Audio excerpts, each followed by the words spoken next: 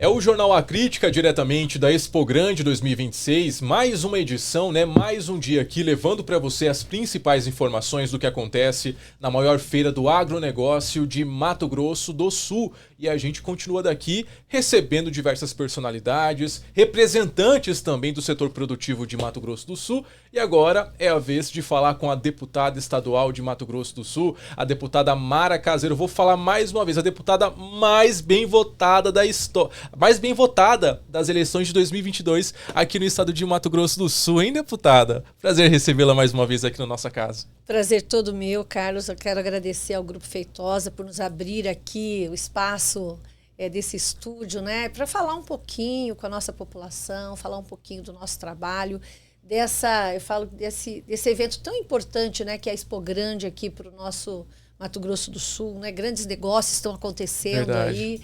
Enfim, é um prazer estar aqui com você, Carlos. Ô, deputada, falar um pouquinho pra gente sobre, primeiramente, como nós estávamos conversando aqui nos bastidores, a deputada esteve no primeiro dia da Expo Grande, esteve ao lado, inclusive, do senador e pré-candidato à presidência, Flávio Bolsonaro. Foi uma loucura, mas nós estávamos conversando que foi uma loucura muito boa, porque a gente viu realmente o quanto que a população abraçou, né, o senador aqui na Expo Grande, deputada. Sem dúvida, é um momento de muito acolhimento, né? Uma recepção muito calorosa e um sentimento muito bom, né? Um sentimento de esperança, de carinho, de união. Então, assim, um espírito muito importante, muito gostoso, né? A gente ter passado, estar aqui na abertura da Expo Grande e ter esse momento, né, junto com o nosso governador Eduardo Riedel, o ex-governador Reinaldo Azambuja, vários deputados estaduais, federais, né, o nosso presidente da Crisul, o Guilherme Bunlai, pelo trabalho também que ele vem fazendo, e receber, né, o nosso pré-candidato aí, presidente da República, Flávio Bolsonaro. Esse senador muito jovem ainda, mas que tem um trabalho, né? Foi, assim como eu, estou no meu 4º mandato de deputado estadual. Ele também foi 4 vezes deputado estadual, depois já foi para Senado, né? Eu falo que é uma liderança muito jovem, inovadora, que vem com uma vontade de fazer, de realizar e, com certeza, transformar o nosso país, né? Então, é isso que a gente precisa. A gente precisa também de unir a experiência, que nós temos muitos políticos experientes também que apoiam ele, mas também vem a juventude, a inovação, né? Eu acho que o Flávio representa isso, né? Para o nosso país e para toda a classe política. Agora, deputada, eu acho que é interessante comentar também que a senhora vem num momento muito importante na sua carreira como parlamentar, como eu disse já, depois daquela votação expressiva, né?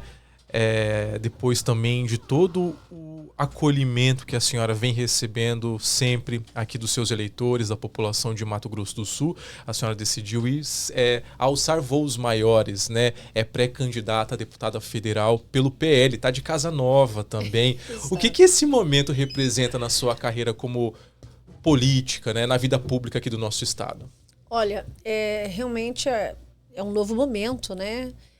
Ingressamos no PL a convite do nosso ex-governador Reinaldo Azambuja, né? Reinaldo, que também é pré-candidato a Senado, né? E que foi... o Reinaldo, ele transformou o nosso estado, né? Quando ele trouxe essa gestão municipalista, né? E que ele transformou e que olhou para todos os municípios com igualdade, né? E hoje ele assume o PL dentro do Estado exatamente para fortalecer essa direita. Não uma direita raivosa, nada disso. É uma direita leve, uma direita que olha para todos, uma direita que quer o bem de todos, que vai continuar defendendo as pautas da segurança jurídica para o nosso Estado, para o nosso país, que vai continuar defendendo um agro forte, né? Porque o agro é o motor da nossa economia, que gera emprego, que gera renda, né? Que vai defender também o desenvolvimento regional, continuar também esse trabalho que o Reinaldo fez do municipalismo, né? E levando isso, inclusive, para que o Flávio Bolsonaro, chegando à presidência, possa olhar também com igualdade para todos os estados, né? E sendo um presidente que saiba ouvir, saiba dialogar, né? Olhando para todas essas diferenças que tem essa nação. Né? Então, hoje estar no PL, eu sempre defendi pautas que me identifica muito com a direita, né? Quando a gente fala em defesa do agro, quando a gente fala em defesa da família. Só que uma das coisas que a gente tem que levar em consideração, Carlos, é que eu não gosto muito dessa polarização direita e esquerda. Claro. Eu acho que nós temos que defender o que é bom para a população. A gente tem que defender as causas boas. Então, eu sempre fui uma defensora também das causas sociais. Quando se fala em direito a uma saúde, né, pública, eu sempre defendi uma regionalização da saúde para que todo cidadão pudesse ter acesso, né, ágil, principalmente a hora mais frágil, que é você passando por uma doença, enfim. Então, eu sempre fiz essa defesa. Sempre também estive em defesa dos direitos de nossas mulheres, né? Que, infelizmente, por mais que a gente tenha políticas públicas no combate à violência, ainda a gente tem um alto índice de violência contra as mulheres, um alto índice de feminicídio. Coisas acontecendo no nosso país, no nosso estado, nos nossos municípios, que para mim era inimaginável, né? E a gente vê coisas hoje, parece que o ser humano está se transformando num monstro, né? Então nós temos que continuar trabalhando essas pautas, né? E também a qualidade da educação.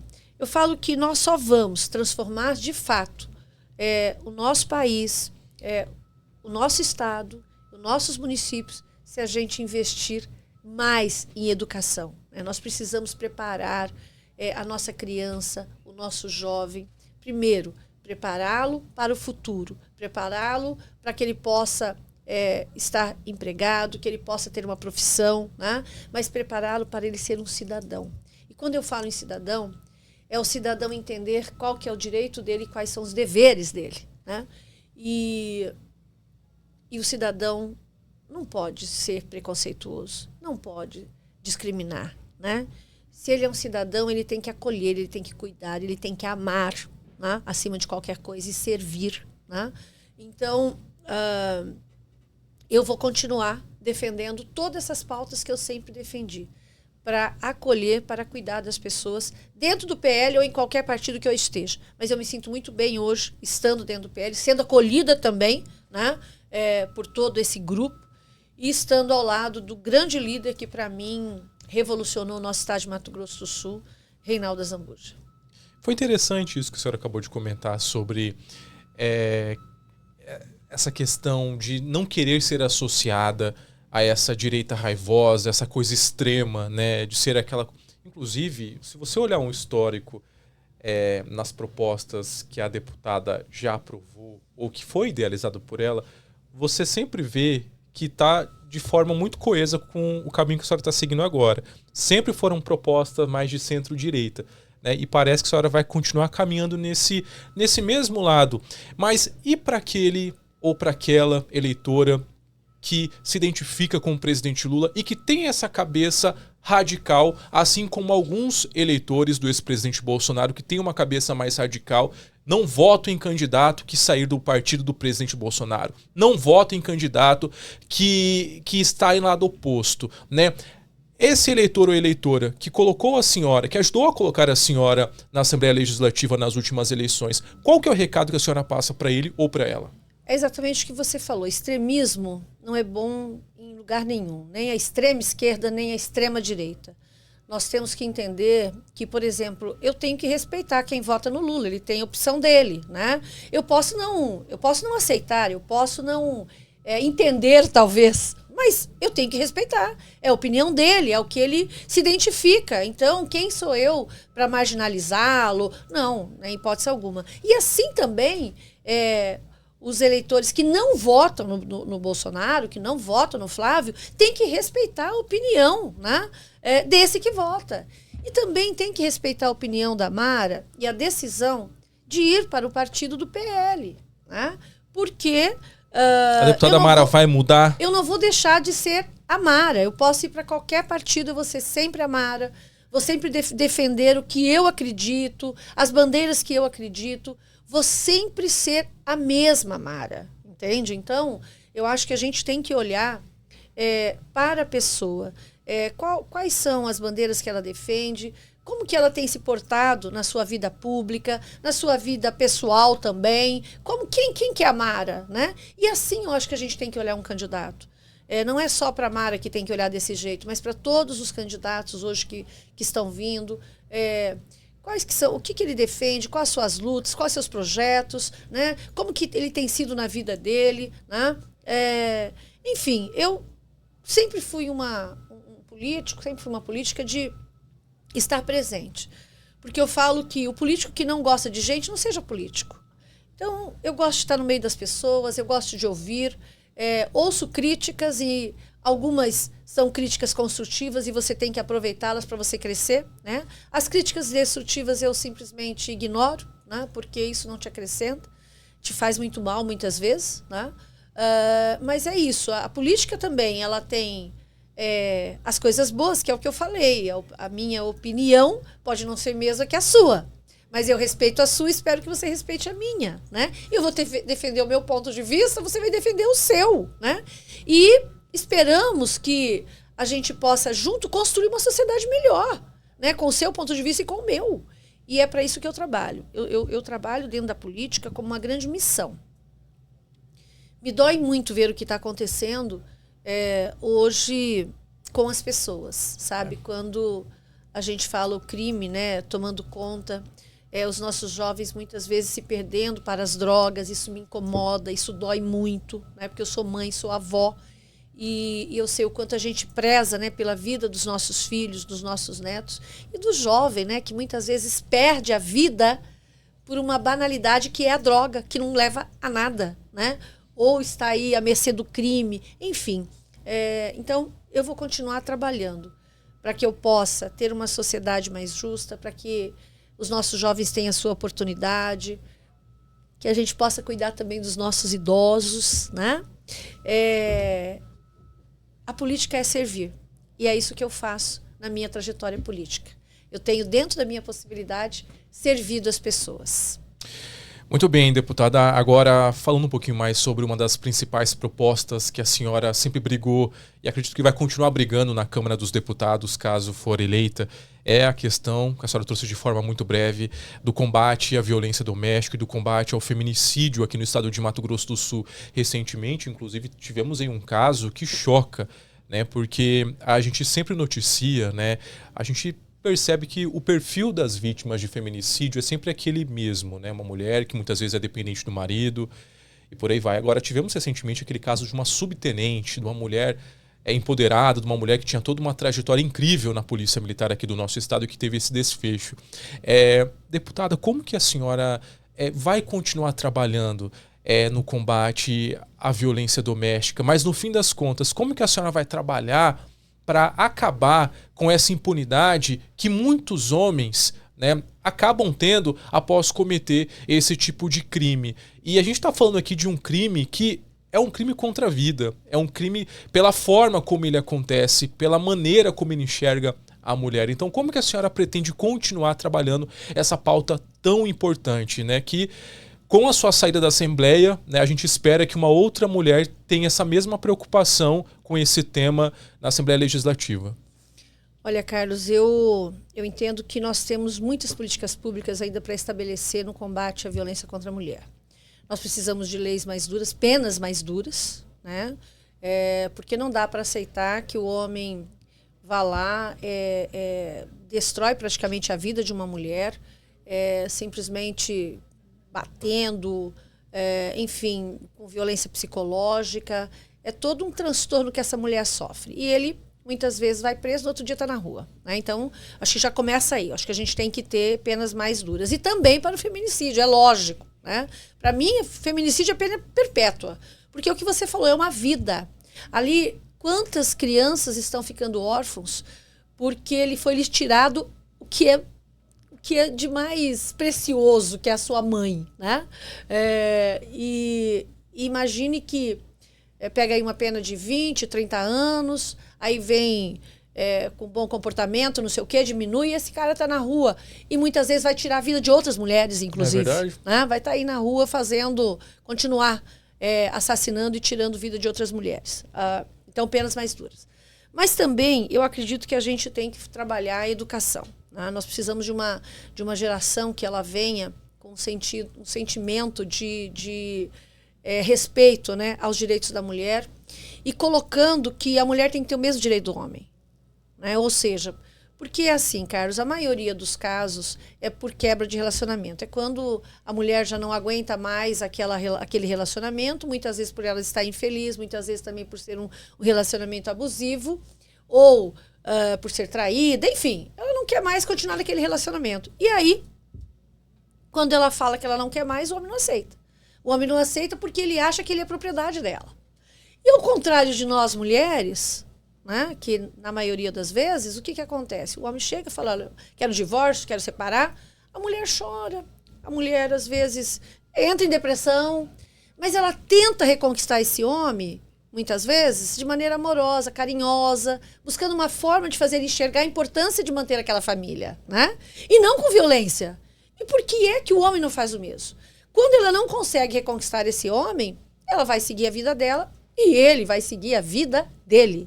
E da mesma forma, o homem tem que entender que a mulher não é um objeto onde ele tem a posse dessa mulher e ela tem que fazer o que ele quer, a hora que ele quer e do jeito que ele quer. Não, a mulher também tem que ter o direito de tomar a decisão de ser feliz, né? E de ter uma outra vida, enfim. Então, é nesse sentido que eu falo que nós também temos que fazer um trabalho de educação. E também de ressocialização desse agressor. Porque, veja bem, nós tivemos um caso agora, em Eldorado, na minha cidade. Sim, isso, exatamente. Na minha cidade. Eldorado está de luto. Uhum. Né? Eles já estavam separados há 8 anos. Aí a mulher resolve buscar os direitos dela da partilha de bens. Certo? E por conta... E ela estava com medida protetiva. Então, você veja bem, ela estava com uma medida protetiva. Esse homem, quando ela falou para ele, eu quero também um direito de ter meus bens, também quero direito de ter, vamos dividir nossos bens, enfim. Ele disse para ela, eu não me responsabilizo pelos meus atos. Quer dizer, ela já estava avisada.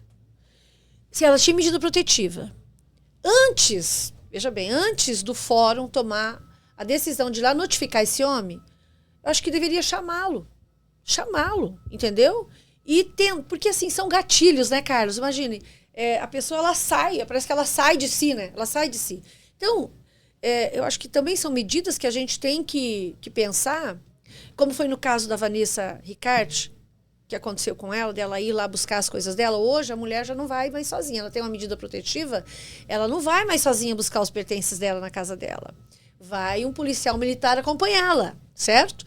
E nesse interim, o que eu quero dizer é o seguinte, nesse interim, se ela estava com uma medida protetiva, ela vai buscar a partilha de bens, nesse momento eu acho que o judiciário tinha que entender a gravidade do problema e que ela poderia estar correndo risco de morte se eles fossem notificar esse homem, entendeu? E foi o que aconteceu. Ele foi notificado da partilha de bens, e olha o absurdo, né? Quer dizer, um material valer mais que uma vida, porque ele tira a vida dela e tira a vida dele também. Então, olha, assim, essa pessoa estava com uma saúde mental perfeita? Claro que não. Com certeza. Ele não estava bem. Então, ali, eu acho que tem que ter também um acompanhamento psicológico para que esse homem entenda que ele não vive mais numa sociedade do patriarcado de 90 anos atrás. Entende? Ele vive agora numa sociedade com um conceito diferente, onde homens e mulheres têm que ter o direito de decidir o seu destino. Homens e mulheres têm que ter o direito de ter a sua independência, né? E, com certeza, se os dois construíram um patrimônio juntos, esse patrimônio tem que ser dividido igualmente entre os dois, porque os dois trabalharam. Ah, mas ela ficava só cuidando dos filhos, cuidando da casa. Ora, pois é, enquanto você chegava, a comidinha estava pronta, né? Os filhos estavam bem cuidados, estavam prontos para ir para a escola, que é um trabalho árduo da mulher também, no dia a dia do lar, né?